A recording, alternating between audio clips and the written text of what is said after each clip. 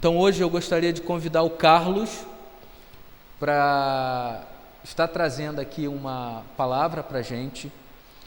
Algumas semanas atrás, no ano passado mais precisamente, o Carlos, no aniversário dele, a gente bateu parabéns aqui para ele, celebrou com ele, e naquela ocasião ele mencionou algumas coisas a respeito da sua vida, a sua vida com o Senhor. E algumas semanas eu falei: Carlos, você não gostaria de compartilhar com a gente mais um pouco daquilo que você comentou com um grupo que se encontrava ali, com aquele grupo menor? E ele topou, ele decidiu fazer isso.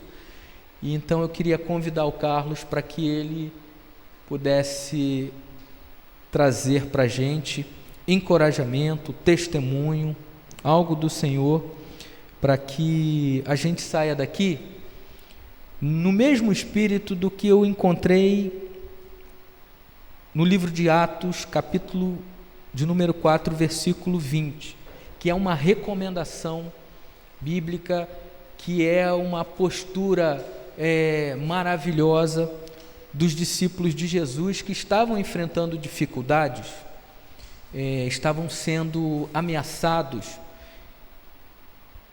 e a resposta deles para tudo que eles estavam vivendo é: nós não podemos deixar de falar das coisas que temos visto e ouvido. Atos 4, versículo 20. Então que venha Atos capítulo 4, versículo 20. Os discípulos dizendo: nós não podemos deixar de falar das coisas que temos visto e ouvido. É nesse espírito que eu e você somos chamados para experimentar o Evangelho. O que estamos vendo Jesus fazer na nossa vida, na nossa comunidade, na nossa família, o que nós estamos experimentando, isso precisa ser verbalizado, anunciado. E é isso que vai ser feito aqui nessa manhã, tá bom? Então, por favor, Carlos.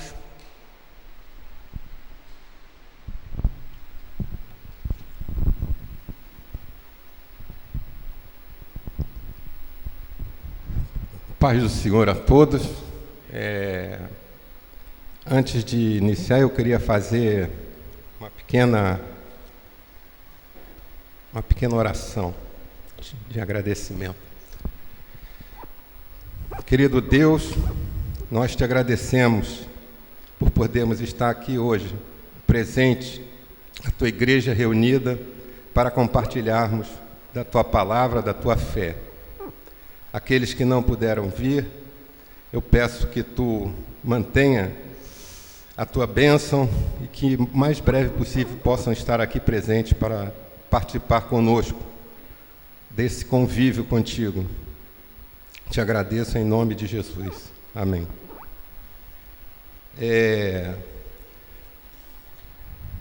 Eu vou ler aqui Mateus 16, quem quiser acompanhar, do 13 ao 17. Eu vou ler isso aqui, essa passagem, e depois eu volto nela, vou contar a minha história e volto nela. Indo Jesus para o lado de Cesareia de Filipe, perguntou a seus discípulos: quem diz o povo ser o Filho do Homem? E eles responderam: uns dizem João Batista, outros Elias, e outros Jeremias ou algum dos profetas. Mas vós, continuou ele, que dizeis que eu sou? Quem dizeis que eu sou? Respondendo Simão Pedro disse: tu és o Cristo, o Filho do Deus vivo. Então Jesus lhe afirmou: bem-aventurado és, Simão Barjonas, porque não foi carne e sangue que tu revelaram, mas meu Pai que está nos céus. Bom, então agora eu vou começar a minha historinha. Eu fui criado praticamente na Assembleia de Deus. Minha mãe era da Assembleia de Deus. E eu, desde pequeno, eu ia à igreja obrigado, né? Meu pai já tinha sido da igreja, se afastou, e ele falava: vocês vão para a igreja, vá lá para prestar atenção. E assim eu ia, ficava lá na igreja de Madureira, ali, em Madureira mesmo, na sede, e eu sentava lá perto da banda, porque eu gostava de música, e ficava prestando atenção em tudo que se falava. E os anos foram se passando, eu me mudei para outros lugares, comecei a frequentar a igreja congregacional, eu e minha irmã, wesleyana, aliás, metodista wesleyana. E depois que eu cresci, com uns 15, 16 anos, eu entrei para a Força Aérea e não frequentei mais igreja, não participei de nada. Mas assim, a imagem, hoje o que eu imagino é que ao longo desses anos, eu fui colecionando pecinhas de quebra-cabeça. Eu gosto de montar quebra-cabeça. Eu já fiz um quebra-cabeça de 32 mil peças, levei 4 meses fazendo. E vamos dizer assim, que eu tinha na minha mão um saco cheio de pecinhas de quebra-cabeça. E aí o tempo se passou, chegamos em 2017. Eu lendo alguma coisa, um assunto que agora não vem ao caso, eu comecei a questionar e eles citavam a Bíblia. Eu peguei a Bíblia em Gênesis e fui ler para ver se o que eles falavam tinha alguma relação de verdade.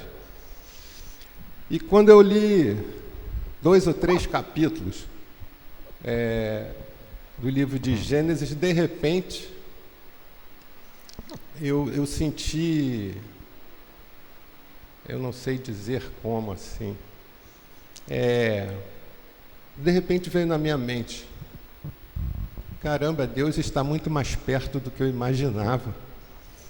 E é como se as pecinhas do quebra-cabeça, de repente, né, que estavam indo lá no saco, tivessem feito sentido. Eu comecei a ter uma imagem. E aquilo repentinamente me deu uma vontade, de qualquer jeito, de procurar uma igreja. Eu estava... Isso já era, aliás, era maio de 2018. Eu fui, em 2017, para a minha neta nasceu em Manaus, e depois, em maio, nasceu meu neto nos Estados Unidos. Eu estava nos Estados Unidos, tinha passado 6 meses. 6 meses em Manaus e depois mais 6 meses nos Estados Unidos. E lá nos Estados Unidos, sentado na varanda de madrugada, eu fumava naquela época, estava lá acendendo cigarro e lendo a Bíblia, vendo o céu estrelado. E eu falei: eu preciso procurar uma igreja. É como se eu tivesse tido algum vislumbre de alguma coisa e eu precisava de conhecimento, vamos dizer assim. É como se eu tivesse, da mesma maneira que eu imagino aqui Pedro, quando disse assim: tu és o Cristo, o Filho do Deus vivo. Era como se eu tivesse tido esse vislumbre. E na mesma hora me deu vontade de me aprofundar nesse conhecimento de Deus. E aí eu voltei para o Rio, morava aqui no Recreio dos Bandeirantes, e comecei a pesquisar as igrejas que tinha. Fui ver, tinha igreja batista, um monte de igreja aqui perto. E aí eu encontrei a Ser Livre, porque eu queria uma igreja que não tivesse envolvimento com política, eu não queria, sabe, que ditassem regras que, na minha opinião, não eram de Deus, era do homem. Eu, pelo menos, se eu fosse, eu teria que aceitar as regras, né? Não adiantava entrar numa igreja que eu não conseguisse concordar com as regras. E encontrei a Ser Livre, no Facebook, eu acho, desatualizado, estava com mais de 1 ano. Mas eu decidi, não, eu vou lá ver, de repente está funcionando. E apareci aqui um dia, um domingo, e entrei. Não me lembro quantas pessoas tinha, mas era mais ou menos o mesmo número que está aqui hoje. E no final, no início eu me apresentei, disse como é que tinha vindo, o pastor ficou: mas como é que foi? Eu falei: não, foi pesquisando na internet, aí no Facebook e tal. Aí tá, bem-vindo. Passaram-se 2 ou 3 semanas, eu falei que queria me batizar. E aí o pastor falou: Tá bom, se você quer. Eu expliquei para ele. Nós fizemos um fim de semana, teve um preparatório, e até me questiona, poxa, mas você, de repente, assim, 3 semanas, menos de um mês. Aí eu falei, não foi assim de uma hora para outra. Eu tenho 60 anos, mas há 50, pelo menos, eu ouço a palavra, né? Minha mãe, meu avô, tinha sido presidente das assembleias, né? Minha avó, por parte de pai, todos eles eram de alguma igreja, congregação, tinha de todas as denominações. Então não foi uma coisa assim, que se formou de repente na minha cabeça, foi uma coisa que ela apareceu de repente, mas ela estava latente dentro de mim. E aí o que aconteceu? Isso foi em dezembro, dia 9 de dezembro de 2018. No dia, acho que foi no mesmo dia 9, eu viajei para Manaus para o aniversário da minha neta, de 1 ano. E aí começou, vamos dizer assim, o que eu digo que não é um problema, mas que eu imagino que Deus sabe o que faz, né? Eu imagino não, agora eu tenho certeza. A partir daí eu tive vários problemas. Eu me mudei para Manaus para tomar conta da minha neta, que ela nasceu com problema de saúde. E uma das grandes tristezas que eu tive quando eu vim aqui pela última vez e falei com o pastor que eu estava me mudando para Manaus para tomar conta da minha neta, porque eu achava que não estavam cuidando dela como devia, ela precisava de fisioterapia todo dia. E eu reclamei com a minha mulher que a outra sogra não fazia nada, e a irmã também não fazia nada, da minha nora. E ao invés de ficar reclamando do que eles não estavam fazendo, eu falei, vou eu fazer alguma coisa. E a minha ideia era mudar para lá e cuidar da minha neta o resto da vida. Imaginei que ela ia viver 20, 30 anos. Mas ela morreu um ano depois, menos de 1 ano. Faleceu no dia 13 de fevereiro, com 2 anos e 2 meses, né? Eu me mudei para lá em 2019 e tal. E aí eu voltei para o Rio. Não estou morando ainda no Recreio, porque houve uma reviravolta muito grande. Tive problemas com meu filho também. Aí aonde eu quero chegar? Eu não consigo imaginar toda essa experiência que eu tive na vida se eu não tivesse procurado, vamos dizer assim, me aproximar de Deus. Ele me deu o frio conforme o cobertor, né? Ele me deu um cobertor, o frio veio, mas ele me deu um cobertor condizente. Eu não posso fazer juízo de valor, né, para o que cada um sofre e o valor que cada um dá a certas coisas. Para mim, por exemplo, perder um pai não é tão significante quanto perder uma neta. Mas eu não posso fazer juízo de valor, o que você vai sentir. O fato é que cada um de nós tem uma dor, sente uma dor diferente, mas Deus sabe confortar, sabe dar o amparo que nós precisamos. E dentro disso tudo, uma coisa que eu falei aqui no dia do meu aniversário, que na verdade foi 1 semana ou 2 depois, né, por causa de gripe e tal, foi o que eu encontrei aqui nessa igreja, em cada um de vocês aqui, individualmente e coletivamente, como igreja, como parte do corpo de Cristo.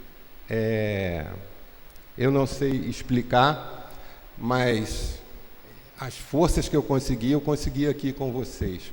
Por isso que eu gosto de vir aqui aos domingos, eu gosto de participar.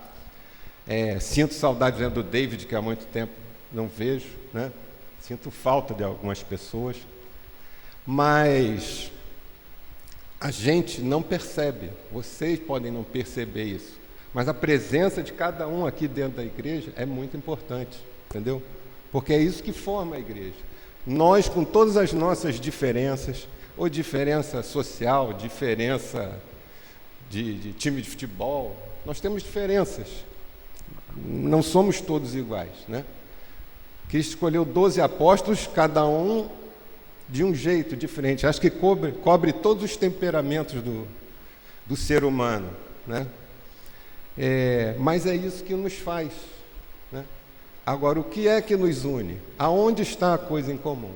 Em Jesus Cristo. A nossa fé é inabalável de que Ele é o Deus que se fez homem para nos salvar. É isso que eu acredito. É nisso que eu acredito, é por isso que eu não posso reclamar de ter perdido a minha neta, porque eu não sei os desígnios de Deus. Eu tenho certeza que Ele fez o melhor. E agradeço ter saído daqui para ir passar foram 1 ano e 2 meses em Manaus, porque não fosse essa situação, talvez eu não tivesse visto a minha neta nos próximos 10 anos, tanto quanto eu vi, porque eu fiquei com ela todos os dias, do dia que eu cheguei até o dia que ela faleceu. Eu pude aproveitar com intensidade, né, a vidinha curta dela, que me ensinou muita coisa. Aprendi muito, né? Então eu agradeço a Deus de ter me dado essa oportunidade de ter ido para lá e ter aproveitado. Se eu tivesse ficado aqui só reclamando, talvez a dor não fosse tão grande, porque a distância evita muita coisa, né? Até mesmo a dor. Quando a gente está presente, ver o sofrimento é mais difícil. Mas eu tenho que agradecer a Deus, porque isso me fez evoluir. Me fez ver que o homem chora, né? Eu fui criado, o homem não podia chorar, e eu chorava quase toda noite. Era assim, era uma tristeza, que eu sabia o que ia acontecer, mas eu não era triste. E sempre aqui falava com o pastor, eu sabia que os irmãos aqui estavam em oração. Frequentei uma igreja lá em Manaus, igreja metodista. Eu acho até que eu fui para lá porque o tijolinho era parecido com esse daqui. A igreja era todo tijolinho, eu gostei da fisionomia da igreja. Mas eu não me senti em 1 ano, eu frequentei, acho que eu não deixei de nenhum domingo na igreja, participava eles tinham um encontro de célula, toda quinta-feira eu ia, éramos 4, 5 só. Mas assim, eu não me sentia em casa como eu me sinto aqui. Lá eram um pouco mais pessoas, né? Mas eu não me sentia, não me sentia em casa, vamos dizer assim. E na hora que a minha esposa ligou dizendo que a minha neta estava partindo, vamos dizer assim, nos deixando, a primeira pessoa que eu lembrei de ligar foi para o pastor. Aí eu liguei para o senhor, e o senhor fez uma oração ali na hora, ali, no máximo 10 minutos depois, minha neta faleceu. Então, depois disso tive problemas com meu filho, que, né, vamos dizer assim, que foi mais um aprendizado para mim, mas eu não sei como teria sido essa esse meu percurso de vida sem eu ter vindo aqui, aceitado, realmente, né, dito que eu aceito Jesus como meu Salvador, me batizado aqui, eu não sei como eu teria enfrentado. Realmente não sei. Então, eu só tenho a agradecer a Deus por isso. E aí vem agora o porquê dessa palavra aqui que eu li. Quando Pedro fala isso, eu vi um pastor, acho que é Seabra falando, ele fala engraçado. Ele disse assim, Pedro, essa foi a resposta do Enem, tirou 10, quando ele deu essa resposta. Tu és o Cristo, filho do Deus vivo. Pronto, já passou, não precisava responder mais nada. Mas passa aqui na Bíblia, um parágrafo 2, Jesus Cristo dá-lhe uma bronca, né? Porque Pedro chegou, quando Cristo falou que ia morrer, ele fala tipo, não fala assim não, se falar isso vai perder os fiéis, ninguém vai querer te seguir, não fala assim não. E Jesus Cristo manda ele, se aparta de mim, Satanás, porque ele não entendeu, né? Ele estava usando aquele raciocínio de homem. Então, o que eu quero dizer com isso? Por mais que eu tenha tido aqueles vislumbre, né, de que Jesus Cristo era o meu Salvador, ainda falta muita coisa. Faltou para Pedro, até o último dia, até depois da morte de Cristo, quando ele ressuscitou, eles ainda não tinham entendido completamente a mensagem. Naquela época, eles tinham a Jesus Cristo ali do lado, passaram 3 anos com ele. Nós não temos, mas nós temos uma coisa que talvez seja tão importante quanto. Nós temos toda a palavra aqui, está aqui. A palavra de Deus está aqui. E a gente precisa fazer dela parte da nossa vida. Entendeu? É a palavra de Deus que vai nos dar intimidade. Foi lendo que veio na minha alma a vontade de procurar Cristo, de estar mais perto. E foi essa vontade que me fez tentar procurar uma igreja para aprofundar o meu relacionamento com Deus. A gente tende a querer usar Deus como nosso servo, que Ele atenda aos nossos pedidos, né? Que Ele cure a minha dor de cabeça, que Ele mate a minha fome, que Ele mate a minha sede. Esse é um lado normal. Nós somos igual a Pedro, que esperava que Ele fosse o libertador de Roma. E demorou. E só tem uma maneira da gente, vamos dizer assim, ter um relacionamento com Deus próximo. É conhecendo a sua palavra e que vai fazer com que o Espírito Santo nos mostre aquelas pedrinhas, né, do quebra-cabeça, do saquinho de quebra-cabeça que eu estou comigo, que está quase montado. Não, vai levar a vida inteira, né? Mas é o Espírito Santo que vai nos fazer ver a imagem, né? A imagem correta do quebra-cabeça que nós vamos montando ao longo da nossa vida. Não basta apenas aceitar Cristo, nós temos que aceitar e querer conhecer, nós temos que viver aquela proximidade com Ele, entender que Ele quer o melhor para nós. E o melhor para nós nem sempre é o que nós queremos. Nós temos que entender que é entregar na mão dEle e Ele vai nos dar o que é melhor e aceitar. Assim é que nós vamos. Então, quando eu venho para cá, né, eu imagino que um dia vai chegar alguém aqui, do mesmo jeito que eu senti, né, me senti acolhido, vai chegar um dia alguém aqui do mesmo jeito que eu cheguei, ou convidado por alguém, e eu quero estar aqui para essa pessoa ver que as pessoas que estão aqui são pessoas comuns, não todas iguais, todas completamente diferentes, que têm em comum a fé inabalável, a fé de que um dia nós vamos nos reunir no céu e que os problemas dessa vida nós temos que viver, não importa, né? Porque a nossa visão é uma coisa tão melhor que a gente suporta, né? A gente pode tudo naquele que nos fortalece. E eu poder tudo, né? Eu faço tudo o que eu imaginar. Eu posso suportar qualquer coisa porque Deus está comigo, entendeu? Porque Ele mandou o seu Filho para me salvar. Era isso que eu tinha a dizer, e dizer mais uma vez da importância que tem cada um de vocês aqui como parte da Igreja de Cristo. Nós não podemos menosprezar isso, entendeu? Não é pelo tamanho da igreja, não, é pelo tamanho da fé. E aqui eu encontrei nas pessoas fé, amor, entendeu? Amor ao próximo, amor principalmente a Deus. Era isso. Eu agradeço a todos pela colaboração que cada um teve, mesmo não sabendo, agora estão sabendo, na minha vida, e para que eu pudesse enfrentar os problemas que eu enfrentei. E com certeza hoje eu estou muito mais forte do que eu estava.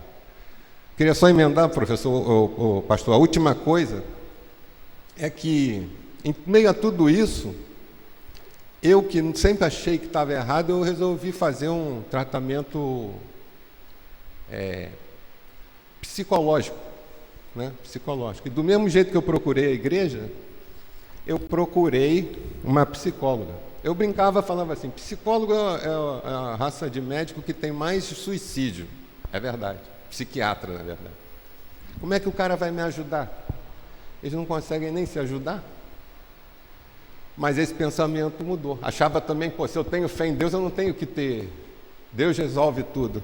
Deus resolve tudo, inclusive coloca psiquiatra para nos ajudar. É isso que nós temos que entender. E aí, de tanto pesquisar, achei uma psicóloga e agora descobri que ela é da igreja, não sei exatamente qual, mas não pergunto. Mas assim, eu me identifiquei com a pessoa. Ela falou, se eu quisesse trocar, eu falei, não, eu não achei a senhora por acaso.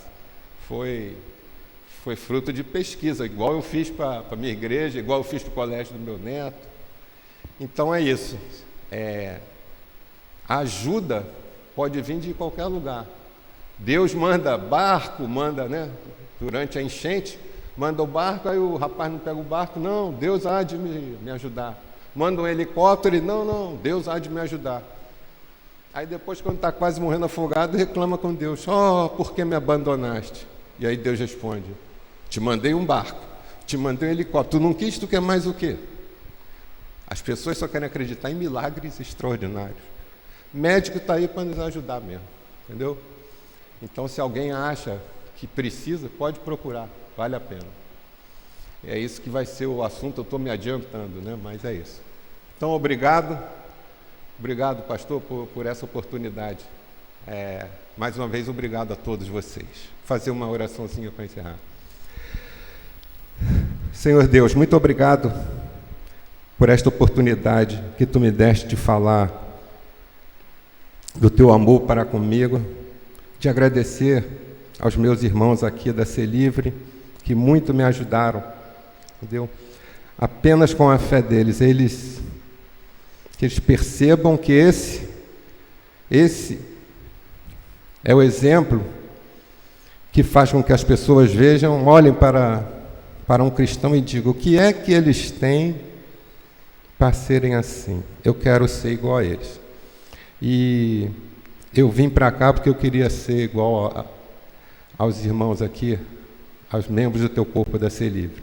Eu te agradeço por cada um deles individualmente, te agradeço por fazer parte desta igreja. Amém.